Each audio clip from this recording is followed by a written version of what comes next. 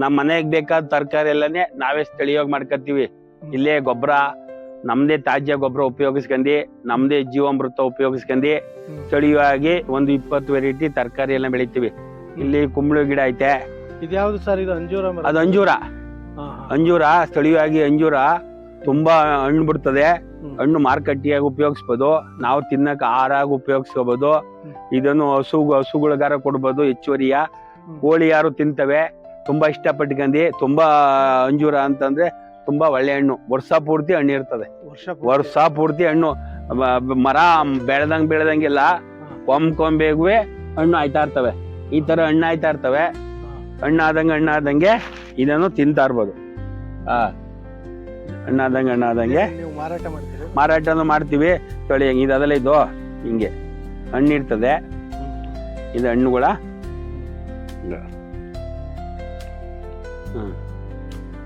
ಹಿಂಗೆ ತೊಳ್ಕೊಂಡೆ ಸಿಪ್ಪೆ ಸಹಿತನಾರು ತಿನ್ಬೋದು. ತುಂಬಾ ಹಣ್ಣು, ಉತ್ತಮ ಪೇಯ. ಇದು ಶೂನ್ಯ ಬಂಡವಾಳದಲ್ಲಿ ನಮ್ದೇ ಗೊಬ್ಬರದಲ್ಲಿ ಯಾವುದೇ ರೋಗ ರುಜಿನಗಳ ಬಾಧೆ ತುತ್ತಾಗದಂಗೆ ವರ್ಷ ಪೂರ್ತಿ ಸರವಾಗಿ ಹಣ್ಣು ಸಿಗ್ತವೆ. ಅದರೊಂದಿಗೆ ಇಲ್ಲಿ ನಾವು ನುಗ್ಗೆ ಗಿಡ, ಪರಂಗಿ, ಮೆಣಸಿನ್ಕಾಯಿ, ಆಮೇಲೆ ನಂಜನಗೂಡು ರಸಬಳೆಗಳು. ನಂಜನಗೂಡು ರಸಬಳೆ ಮೂಲ ಪ್ಯೂರು ಬೆಲ್ಲ. ನಂಜನಗೂಡು ರಸಬಳೆ ನಂಜನಗೂಡು ರಸಬಳೆ ನೋಡಿ. ಗೊನೆ ಬಿಟ್ಟಿತ್ತು. ಈಗ ಗೊನೆ ಬಿಟ್ಟು ಎಲ್ಲ ಕೂಳೆ. ಇದನ್ನು ಸ್ಥಳೀಯವಾಗಿ ಅಭಿವೃದ್ಧಿ ಪಡಿಸ್ಕೊಂತೀವಿ. ಬೇರೆ ರೈತರು ಬಂದು ಇಲ್ಲಿಂದ ಗೆಡ್ಡೆ ತಿತ್ಕೊಂಡು ಹೋಗ್ತಾರೆ. ನಮ್ ಕನಕಪುರ, ಚನ್ನಪಟ್ಟಣ, ಮಾಗಡಿ, ಹೆಗ್ಗಡದೇವ್ ಕೋಟೆ, ಮೈಸೂರು ಎಲ್ಲಾರ ಕಡೆಯಿಂದ ಬಂದು ಈ ಗೆಡ್ಡೆನ ತಿತ್ಕೊಂಡು ಹೋಗ್ತಾರೆ. ಈ ಜ್ಯೂಸ್ ಹಣ್ಣು. ಜ್ಯೂಸ್ ಹಣ್ಣು ಸ್ಥಳೀಯವಾಗಿ ನೋಡಿ. ಇದು ಜ್ಯೂಸ್ ಹಣ್ಣು. ಇದು ನೋಡಿ ಜ್ಯೂಸ್ ಹಣ್ಣು. ಇದು ಪ್ಯಾಷನ್ ಫ್ರೂಟ್. ಸ್ಥಳೀಯಾಗಿ ಏನ್ ಲೋಕಲ್ ಅಲ್ಲಿ ಬೇಲಿ ಈಗ ಹಾಕ್ಬಿಟ್ರೆ ಸಾಕು, ಹಬ್ಕಂದಿ ನಾವ್ ಯಾವಾಗ ಬೇಕಾವಾಗ ಜ್ಯೂಸ್ ಸಿಗ್ತಾ ಇರ್ತದೆ. ಇದನ್ನೇ ಬೀಜ ಮಾಡ್ಕೋಬಹುದು. ಇದು ಕಿತ್ಲೆ ಹಣ್ಣು. ಕಿತ್ಲೆ ಮರ ಇಲ್ಲಿ ಒಂದು 7-8 ಕಿತ್ಲೆ ಮರ ಐತೆ. ಕಿತ್ಲೆ ಹಣ್ಣು ನಮ್ ಕೊಡಗಲ್ಲಿ ಎಷ್ಟು ಸಿಹಿಯಾಗಿರ್ತವೆ, ನಮ್ ಪ್ರದೇಶದಲ್ಲೂ ಅಷ್ಟೇ ಸಿಹಿಯಾಗಿರ್ತವೆ. ಇದು ಕೆಂಪು ಸೀಬೆಕಾಯಿ ಗಿಡ. ಇದು ಶುಗರ್ ಇರೋರು ಇದು ಎಲೆ ಚಿಗುರು ಸೀಬೆಕಾಯಿ ಎಲ್ಲ ಕಡ್ಕ ತಿಂತಾರೆ. ಇದು ಲೋಕಲ್ ಮೆಣಸಿನಕಾಯಿ. ಈಗ ಬೀಜ ಮಾಡ್ಕೊತೀವಿ. ಮೆಣಸಿನಕಾಯಿ ಬೀಜ ಕೆಜಿಗೆ ಈಗ 1,000 ರೂಪಾಯಿ, 1,000, 1,500 ರೂಪಾಯಿಗಿಂತ ಬೀಜ ಏನಿಲ್ಲ. ಸ್ಥಳೀಯ ಕುರಿ ಗೊಬ್ಬರ, ಹಸು ಗೊಬ್ಬರ, ಜೀವಾಮೃತ. ಮತ್ತೆ ಈಗ ಅಂಗಡಿ ಇದನ್ನ ಹಾಕಿದ್ರೆ ಒಳ್ಳೊಳ್ಳೆ ಕಂಪ್ನಿದು ತಂದು ಹಾಕಿದ್ರೆ ಎಲೆ ಮುಟ್ರು ರೋಗ ಅವು ಇವು ಅವೆಲ್ಲ ರೂಢಿ ಮಾಡ್ಕೊಂಡಂಗೆ. ಈಗ ಮೊದ್ಲೇನಿಲ್ಲ, ಒಂದ್ ಎಲೆ ಮುಟ್ರು ರೋಗ ಇಲ್ಲ. ಯಾವ್ದು ರೋಗ ಇಲ್ಲ. ಯಾವ್ದಾರ ರೋಗ ಇದ್ದದ್ದು ಎಲ್ಲಾರು ಟೆಸ್ಟ್ ಮಾಡಿಸ್ಲಿ. ಎಲೆಗೂ ನೋಡಿ, ಎಲೆಗೂ ಕಾಯಿ ಬಿಟ್ಟದೆ. ಮೆಣಸಿನಕಾಯಿ ಬಿಟ್ಟಿವೆ. ಎಲ್ಲಾರ ಟೆಸ್ಟ್ ನೋಡಿ, ಎಲೆಗೂ ಕಾಯಿಗಳು ಬಿಟ್ಟವೆ. ಎಲೆಗೂ ಕಾಯಿ ಬಿಟ್ಟದೆ. ನೋಡಿ ಇಲ್ಲಿ ಎಷ್ಟು ಎಷ್ಟು ಕಾಯಿ ಬಿಟ್ಟದ ನೋಡಿ. ಈಗ ಮೆಣಸಿನಕಾಯಿನೂ ಮಾಡ್ಕೊತೀವಿ, ಹಣ್ಣು ಮಾಡ್ಕೊತೀವಿ, ಏನ್ ಸರ್ ಬೀಜನು ಮಾಡ್ಕೊತೀವಿ. ಅಯ್ಯಪ್ಪ, ಅದು ಹಳಸು ಮರ. ಇದು ಲೋಕಲ್ ವೆರೈಟಿ. ಎಲ್ಲ ಲೋಕಲೇ ಪಕ್ಕಾ ಲೋಕಲ್ ಇದ್ದಾಗ ಮಾತ್ರ ಬದುಕಕ್ ಸಾಧ್ಯ. ಎಲ್ಲ ಹೈಬ್ರಿಡ್ ಫಾರಂ ಅಂತ ಹೋದ್ರೆ ಭೂಮಿನೂ ಸೊತ್ತೋಯ್ತದೆ. ನಾವು ಒಂದಿವ್ಸ ಇರಲ್ಲ, ತಿನ್ನೋರು ಇರಲ್ಲ. ಎಲ್ಲ ಲೋಕಲ್ ಇರ್ಬೇಕು. ಪಕ್ಕಾ ಲೋಕಲ್ ಇದ್ರೆ ಮಾತ್ರ ಭೂಮಿ ಮೇಲೆ ಬದುಕಕ್ಕೆ ಚಾನ್ಸ್. ಇಲ್ಲರ ಏನು ಮಾಡಕ್ಕಾಗಲ್ಲ. ನಾನು ಬಿಲ್ಡಪ್ ಕೊಡ್ತೀನಿ, ನಾನು ರಾಜ ಮಹಾರಾಜ್ದಂಗೆ ಮೀಸೆ ತಿರಿಕೊಂಡಿರ್ತೀನಿ ಅಂದ್ರೆ ಕಷ್ಟ. ಎಲ್ಲ ಲೋಕಲ್ ಹಂಗಿದ್ದು ಎಲೆ ಮರಿ ಕಾಯಿನಂಗೆ ನಮ್ಮಲ್ಲಿ ಸಿಗುವಂತ ತಳಿಗಳು ಅಭಿವೃದ್ಧಿ ಪಡಿಸ್ಕೊಂಡ್ರೆ ಮಾತ್ರ. ಇವೆಲ್ಲ ನೋಡಿ, ಬೀಜನು ಮಾಡ್ಕೊತೀವಿ, ತಿನ್ನಕ್ಕೂ ಆಯ್ತದೆ. ಮುಂದೆ ಮಾಡ್ತೀರಿ ನೀವು? ಇದೆಲ್ಲ ಮೆಣಸಿನಕಾಯಿ ಹಸುರುಗಾಯಿ ರೂಪದಲ್ಲಿ ಉಪಯೋಗಿಸ್ಕೊತೀವಿ. ಹಣ್ಣಾದವ ಮನೆಗೂ ಹುಡಿಗೆ ಖಾರಕ್ಕೆಲ್ಲ ಉಪಯೋಗಿಸ್ಕೊತೀವಿ. ಆಮೇಲೆ ಇನ್ನೂ ಹೆಚ್ಚಾಗಿ ಹಣ್ಣು ಜಾಸ್ತಿ ಹಣ್ಣಾದವ ಬೀಜ ರೂಪದಲ್ಲಿ ನಮ್ದು ಸಹಜ ಸಮೃದ್ಧಿ ಮೈಸೂರು ಬೀಜ ನಿಗಮ ಅವ್ರಿಗೆ ಕೊಟ್ಬಿಡ್ತೀವಿ. ಬೀಜೋತ್ಪಾದನೆ ಜಾಸ್ತಿ ಬೀಜೋತ್ಪಾದನೆ ಕೊಟ್ರೆ ಲಾಭ. ನೋಡಿ ಇವೆಲ್ಲ ಬನ್ನಿ ತೋರಿಸ್ತೀನಿ. ಆ ಕುಂಬಳಿಕಾಯಿ ಗಿಡ ಎಲ್ಲವಲ್ಲ, ನೋಡಿ ಇಲ್ಲಿ ಸಬ್ಸಿಗೆ ಸೊಪ್ಪು ಈಗ ಹಾಕಿದ್ದೀನಿ. ಸಬ್ಸಿಗೆ ಸೊಪ್ಪು, ಮೆಂತ್ಯ, ಪಾಲಕ್ಕು ಇನ್ನು ಬಂದಿಲ್ಲ. ಇವಾಗ ಅದು ಮೆಂತ್ಯ, ಇದು ಸಬ್ಸಿಗೆ ಸೊಪ್ಪು ಇನ್ನು ಬಂದಿಲ್ಲ. ಅದು ಪಾಲಕ್ಕು, ಅದು ಕೊತ್ತಂಬರಿ ಇದೆಲ್ಲ ಸ್ಥಳೀಯ ರೂಪದಲ್ಲಿ ಇನ್ನೊಂದು ಬಿತ್ತನೆ ಒಂದ್ 3 ವಾರಕ್ಕೆಲ್ಲ ಬರ್ತದೆ. 3 ವಾರಕ್ಕೆಲ್ಲ ಬಂದ್ರೆ ನಾವು ಈ ಸಂಕ್ರಾಂತಿ ಗಿಂಟನು ಇದ ಮನೆಗೂ ತಿನ್ಬೋದು, ಮಾರಾಟ ಮಾಡ್ಕೋಬಹುದು, ಇಲ್ಲೇ ಬೀಜನು ಮಾಡ್ಕೋಬಹುದು. ನೋಡಿ ಇದೆಲ್ಲ ಬದ್ನೆ ಬೀಜನು ಮಾಡ್ಕೋಬಹುದು. 2 ವರ್ಷ 3 ವರ್ಷ ಮಾಮೂಲಿ ಬಿಳಿ ಬದ್ನೆ, ನಾಟಿ ಬದ್ನೆ, ಉದ್ದ ಬದ್ನೆ ಅಂತಾರೆ. ಮೈಸೂರು ಬದ್ನೆ ಇದು ಬೀಜೋಪಚಾರ ಮಾಡ್ಕೋಬಹುದು. ಇಲ್ಲಿ ನೋಡಿ ಇದ ಹಿಂಗ್ ಬೀಜ ಮಾಡ್ಕತ್ತೀವಿ, ಪುನರ್ ಬಳಕೆ ಮಾಡ್ಕತ್ತೀವಿ, ಬೀಜ ಮಾಡ್ಕತ್ತೀವಿ. ಈಗ ನಾವೇ ಬೀಜಕ್ಕೂ ದುಡ್ಡು ಕೊಡಂಗಿಲ್ವೇ? ಇದಕ್ಕೆ ಯಾವ್ದೇ ದೇಶಿ ತಳಿ, ನಾಟಿ ತಳಿಗೆ ರೋಗ ರುಜಿನಗಳ ಬದೇ ತುತ್ತಾಗಲ್ವೇ? ಪುನಃ ಗಿಡನು ಮಾಡ್ಕೋಬೋದೆ. ಇದ್ಯಾವ್ದು ಶ್ರೀಗಂಧನ? ಶ್ರೀಗಂಧ. ಶ್ರೀಗಂಧ, ಶ್ರೀಗಂಧನೂ ಅದೇ. ಇಲ್ಲಿ ದಾಳಿಂಬೆ ಅದೇ, ಲೋಕಲ್ ದಾಳಿಂಬೆ.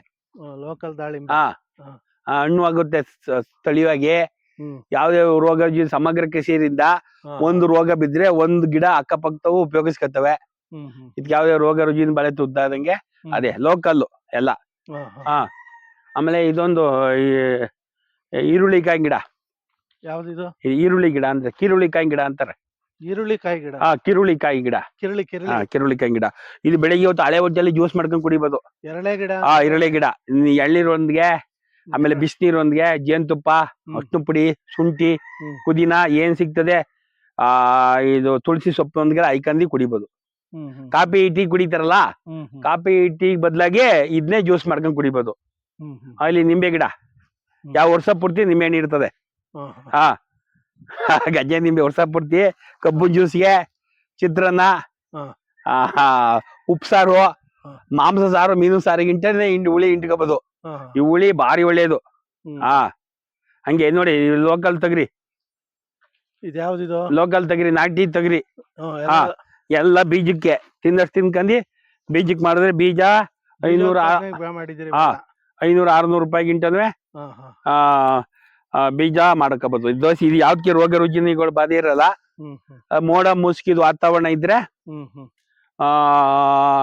ಮೋಡ ಮುಸ್ಕಿದ ವಾತಾವರಣ ಇದ್ರೆ ನಮ್ದು ಜೀವಾಮೃತವ ಸಿಂಪಡಣೆ ಮಾಡಿಸೋದು ಸಾಕು. ಇದೆಲ್ಲ ಲೋಕಲ್ ತಗರಿ, ಲೋಕಲ್ ನಾಟಿ ತಗರಿ. ಇದೆಲ್ಲ ಇದು ಪೌಷ್ಟಿಕಾಂಶ ಇರುತ್ತಳಿ. ಪುನಃ ಬೀಜೋಪಚಾರಕ್ಕೂ ಮಾಡ್ಕೋಬಹುದು. ನೋಡಿ ಯಾವ್ದೇ ರೋಗ ರುಜಿನಗಳು ತುತ್ತಾಗ್ದಂಗೆ ಸರಾಗೋಗಿ ಬೆಳಿತವೆ. ಇದು ಜಮ್ನೇರ್ಲೆ. ಜಮ್ನೇರ್ಲೆ. ಇದು ಎಲ್ಲ ಇದು ಕಿತ್ಲೆ ಮರ. ಕಿತ್ಲೆ ಮರ, ಮೂಸಂಬಿ, ಚಕೋತ, ಹಳಸು, ಆಮೇಲೆ ಬಟರ್ ಪುಟ್ಟು, ಸಂಪಿಗೆ ಗಿಡ ಎಲ್ಲ ನಮ್ ತಾಕಲ್ಲಿ ಎಷ್ಟು ಹಣ್ಣವೆ. ಪಪ್ಪಾಯಿ ಎಲ್ಲಾ ಗಿಡನು ಸಿಗ್ತವೆ. ಬನ್ನಿ ಈಗ ಬೆಂಡೆ ಗಿಡಕ್ಕೆ ಹೋಗೋದ. ಇದು ಬೆಂಡೆ ಗಿಡ ಸಾಕಷ್ಟು ತಿಂದಿ ಈಗ ಬೆಂಡೆಕಾಯಿ ಬೀಜ ಅಭಿವೃದ್ಧಿ ಮಾಡಿದ್ದೀವಿ. ಬೆಂಡೆ? ಬೆಂಡೆ, ಮರಬೆಂಡೆ ಇದು. ಇದೆಲ್ಲ ಮರಬೆಂಡೆಗಳು ತಿನ್ನೋಷ್ಟು ತಿನ್ಕಂದಿ ನೋಡಿ ಯಾವ್ದೇ ಇಲ್ಲ. ಅದೆಲ್ಲ ದೇಸಿ ಬೆಂಡೆ.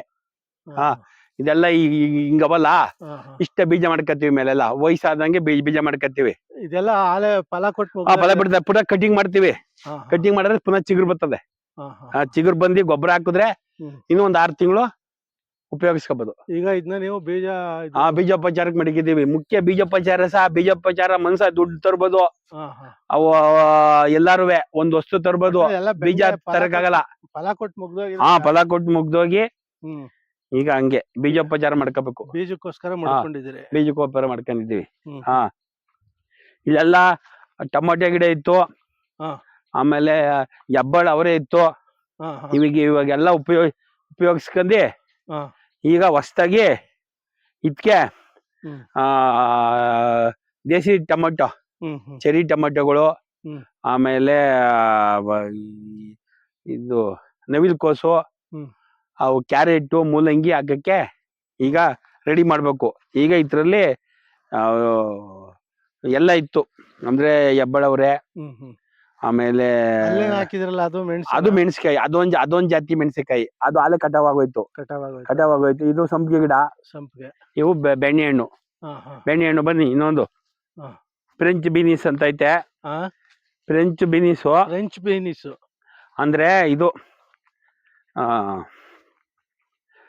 ಗೊಬ್ಬರವಾಗಿ ಉಪಯೋಗಿಸ್ತಾರೆ.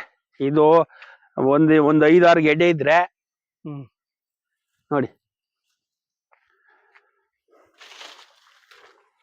ಓಹೋ. ಹಾ, ಫ್ರೆಂಚ್ ಬೀನಿಸ್ ಅಂತ.